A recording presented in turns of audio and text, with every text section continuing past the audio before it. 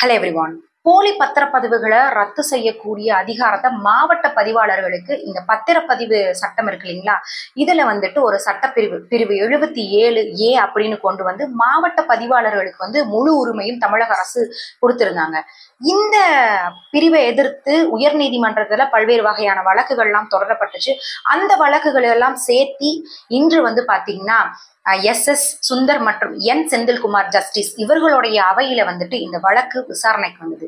அரசு தரப்பினரும் மற்றும் எதிர்த்தரப்பினரும் ரொம்ப காரசாரமா மோதிக்கிட்டாங்க. அப்ப அரசு தரப்பினர் நீதிமன்றத்தோட பழுவை குறைக்கிறதுக்காக தான் இந்த சட்டப்பிரிவு ரொம்ப முக்கியமா பயன்படுதுங்கிற வகையில சொன்னாங்க. அப்ப எதிர்த்தரப்பினர் இது மாவட்ட பதிவாளர்கள் தவறான வகையில நிறைய பயன்படுத்திட்டு இருக்காங்க, இது நீதிமன்றத்தோட அதிகாரத்தை குறைக்கிற விதமா இருக்கு அப்படிங்கிற வகையில அவங்களோட வாதங்களை எடுத்து வச்சாங்க.